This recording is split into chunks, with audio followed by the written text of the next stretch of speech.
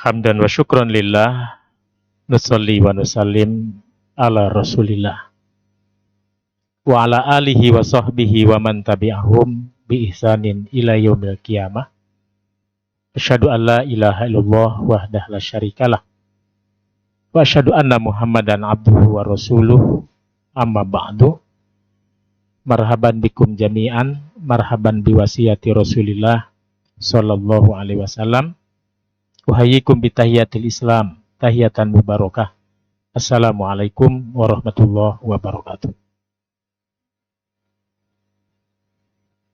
Ikhwanifidin azakumullah, kita bersyukur kepada Allah karena sampai detik ini Allah jualah yang memberikan anugerah berbagai macam keberkahan setelah kita menunaikan ibadah Ramadan sebulan lamanya, dan tibalah kita di bulan Syawal dan bulan-bulan berikutnya.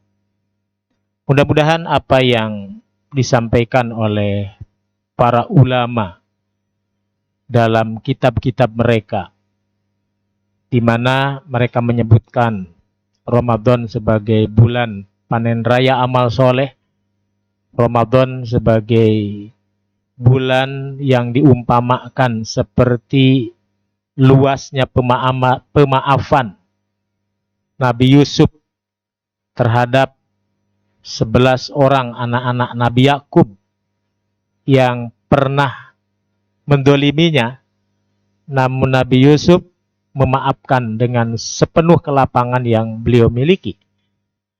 Demikian pula bahwa bulan Syawal adalah bulan di mana kita merangkai kembali apa yang terserak untuk kita susun kembali menjadi sebuah pintalan demi pintalan yang tenun kemuliaan akan menjadi sesuatu yang indah, sesuatu yang menawan apabila kita menjalankan berbagai macam kemuliaan yang terserak itu.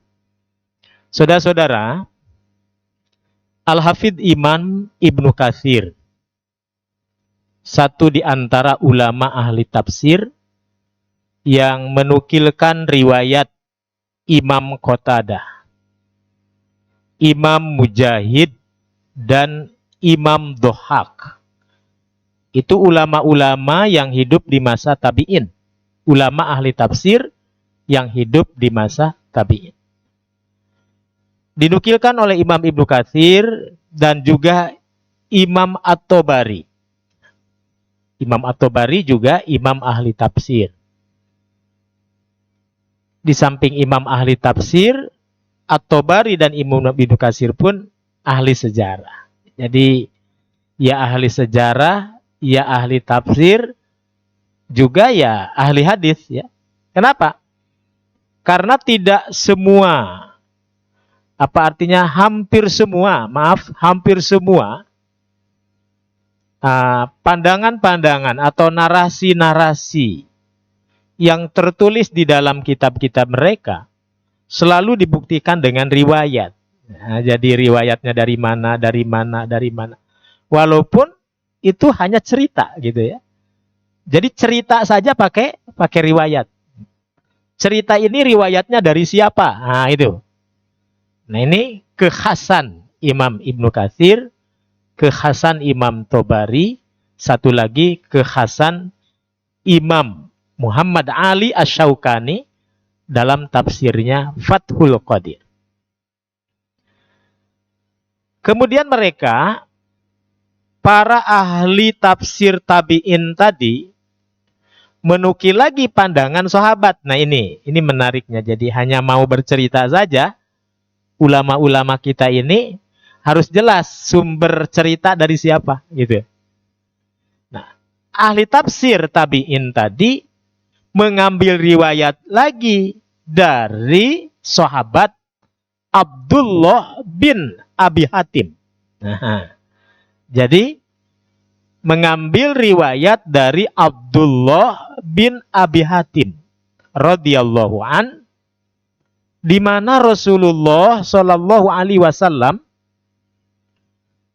ketika menjelaskan kepada para sahabat ridwanullah alaihim ajmain, waktu itu sudah menjadi tradisi para sahabat yang baru masuk Islam, yang baru meninggalkan yang dulunya adat istiadat jahiliyah, yang dulunya penuh bergelimang dengan kesyirikan, ya, dengan berbagai penyembahan dan pengingkaran tentu saja terhadap tauhid.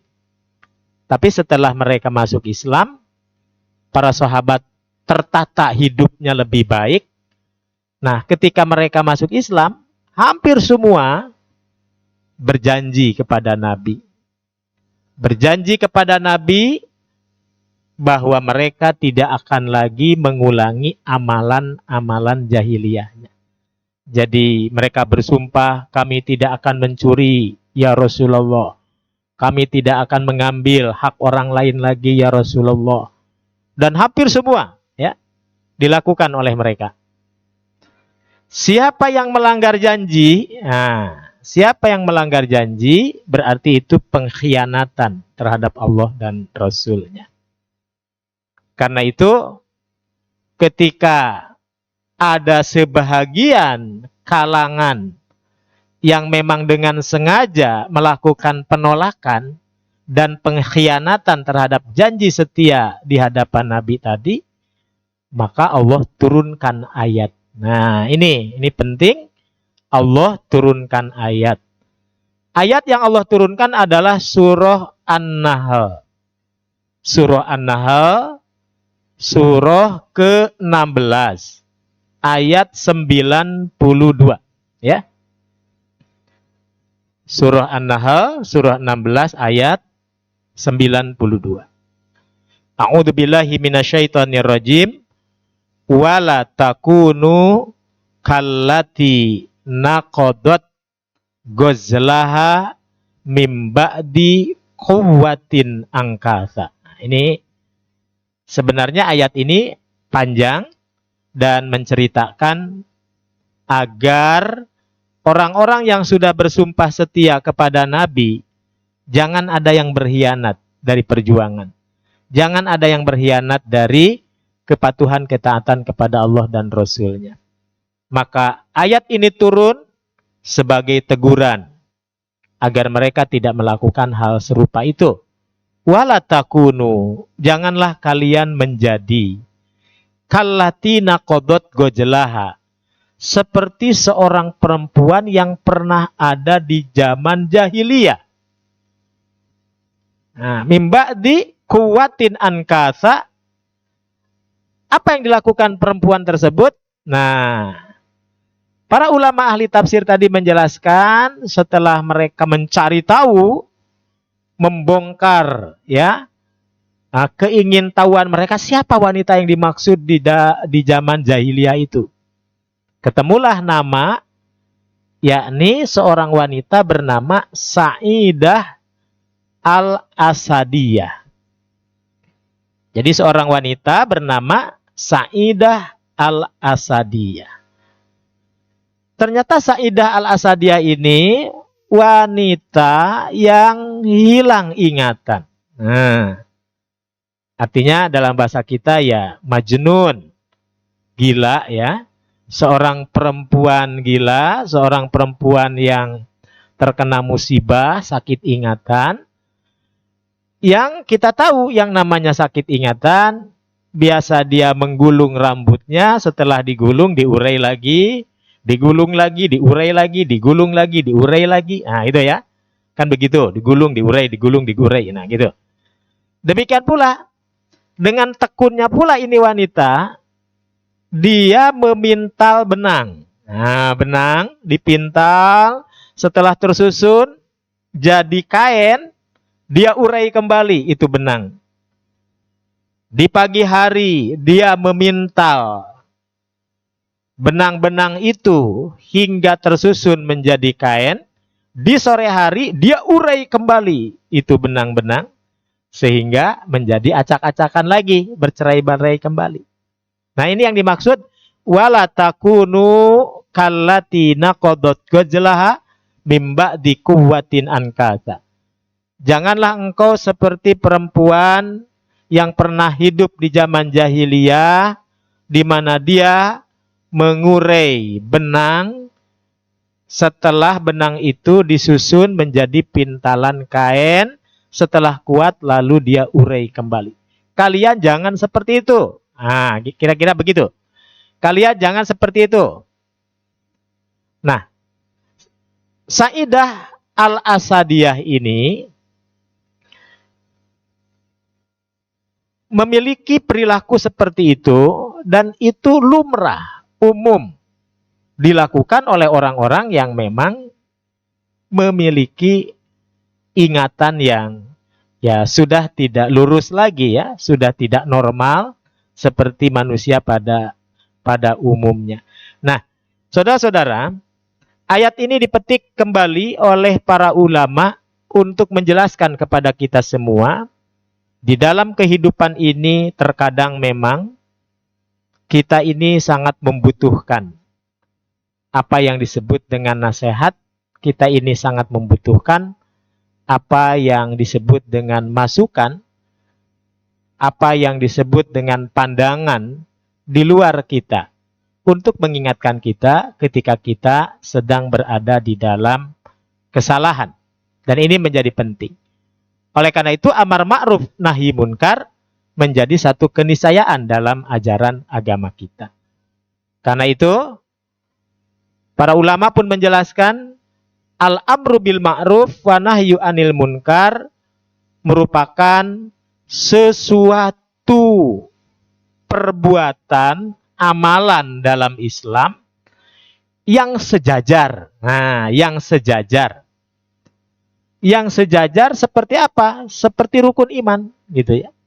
Kalau kita mengimani rukun iman yang 6, nah sama seperti itu, bahwa kita pun harus yakin bahwa kalau tanpa al-amru bil ma'ruf wa nahyu anil munkar, maka tidak ada kebaikan di antara kita.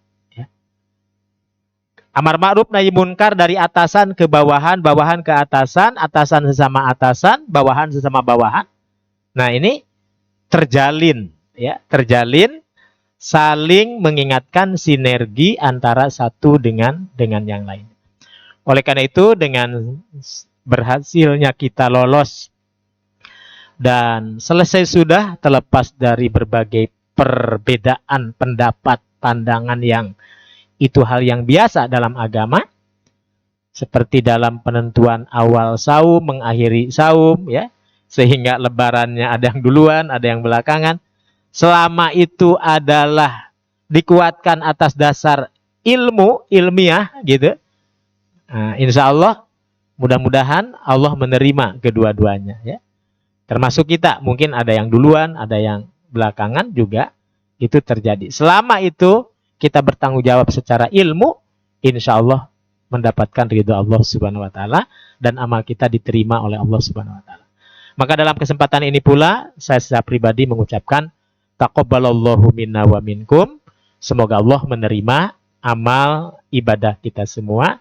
Dan juga tentu saja mohon maaf lahir dan batin apabila banyak kesalahan-kesalahan, ya. Nah, kembali ke ayat tadi, saudara-saudara. Ayat yang termaktub di dalam surat An-Nahl, ayat 92 ini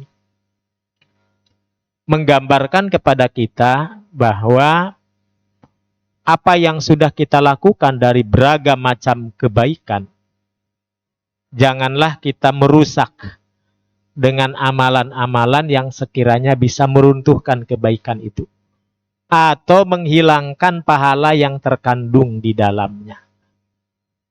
Karena itulah kenapa Rasulullah memberikan contoh man soma Ramadhana imanan wahtisaban summat ba'ahu sitan min sawwalin.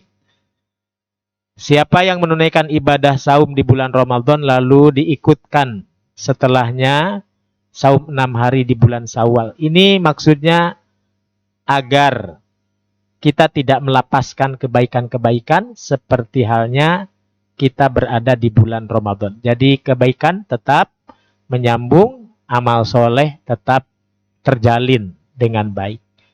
Walaupun nanti para ahli fikih menyebut ya boleh secara berurutan 6 hari di bulan Syawal itu yang disebut dengan mutatabaah, boleh berurutan. 6 harinya tiap hari gitu boleh. Tapi boleh munfasilah, ya, goir mutatabaah. Boleh juga ya secara acak.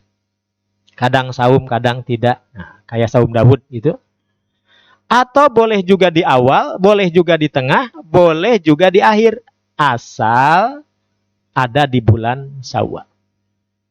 Nah, banyak kaum ibu yang bertanya biasanya. Saya ini di bulan Ramadan kemarin bocor karena memang ada halangan. Bagaimana? Ketika jatuh bulan Syawal, saya bayar hutang dulu, hutang Ramadan, mengkodok, atau saum Syawal. Pilihannya dua, ya. Pilihannya dua. Dia boleh saja menunaikan ibadah saum Syawal dulu, boleh. Karena saum Syawal terikat waktunya, hanya bulan Syawal. Oh, berarti kodok boleh dong kapan saja, boleh, gitu ya. Boleh kapan saja.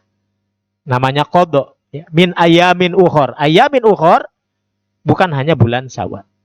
Pendapat yang kedua lebih utama. Nah, dahulukan hutangnya dulu. Nah, boleh juga, ya. Boleh juga. Namanya hutang wajib dibayar kapanpun. Nah, ini mau duluan bayar hutang kodok di bulan Syawal, ya boleh juga. Tapi tidak menjadi hukum orang yang pernah bocor di bulan Ramadan lalu dia tidak boleh menunaikan ibadah saum sunnah di bulan Syawal. Kemudian yang terakhir, ada sebagian pandangan yang menyebutkan ternyata saum 6 hari di bulan Syawal fihi nadorun atau fihi maqolun. Sebagian ulama ada yang menilai bukankah hadis ini kurang kokoh. Ah, gitu. Ya, pertama memang kita juga ya kalau saum lagi itu kan lumayan. Tiba-tiba kita juga sudah belajar ilmu sedikit, hadisnya katakan lemah. Wah, ini jadi dorongan untuk tidak melakukan kan jadinya gitu. Ya. Jadi ini dijawab oleh ulama ahlul hadis. Betul, sebagian ulama menilai ada kejanggalan dalam riwayat 6 hari di bulan Syawal. Tapi yang menyebut ada kelemahan ini tidak menyebutkan sebab lemahnya di mana. Nah, sehingga tertolak. Tuh. Jadi dalam Islam ini menyebut lemah saja terhadap satu riwayat hadis kalau tidak bisa membuktikan apa sebab lemahnya, siapa yang dilemahkan dan kenapa dilemahkan, ulama ahli hadis tidak menerima. Tuh. Ini menunjukkan bahwa ibadah itu memang luar biasa, sangat hati-hati ya. Mana yang benar-benar dianggap sunnah Rasulullah, mana yang bukan atau mana yang diperdebatkan. Baik Ibn Fiddin Azakmullah, maka Imam Ibnu Qayyim mengeluarkan kata-kata mutiaranya menimpali ayat tadi. Janganlah kamu seperti perempuan gila di masa jahiliyah yang senang mengurai pintalan benang sudah menjadi kain lalu setelah kuat diuraikannya. Ini dalam bahasa Imam Ibnu Qayyim dalam kitabnya Al-Fawaid, mata yablugil bunyanu yauman tamamahu wa anta tabni wa goiruka yahdimu. Kapan sebuah bangunan indah bisa berdiri kokoh sementara Anda membangun, yang lain merobohkan. Nah, itu artinya apa? Yang satu membangun, yang lain merobohkan. Bangunan seindah apapun tidak akan pernah berdiri kokoh kalau tidak ada sinergi saling menjaga. Demikian pula dengan amalan kita. Di satu sisi kita tegakkan amal soleh sebaik-baiknya, tapi di sisi lain kita pun melakukan hal-hal yang memang mengurangi pahala amal soleh kita semua. Itu saja yang bisa disampaikan, baik yang hadir di Masjid Baitul Tazkir ini dan juga yang hadir sebagai peserta Zoom meeting. Sekali lagi, mohon maaf lahir batin ya. Taqabbalallahu minna wa minkum. Semoga Allah menerima amal ibadah kita semua. Aku qouli hada wa astagfirullah li wa lakum. Wassalamualaikum warahmatullahi wabarakatuh. Silahkan, mau ada pertanyaan bagi yang ingin menambahkan atau mempertanyakan, masih ada waktu. Ya.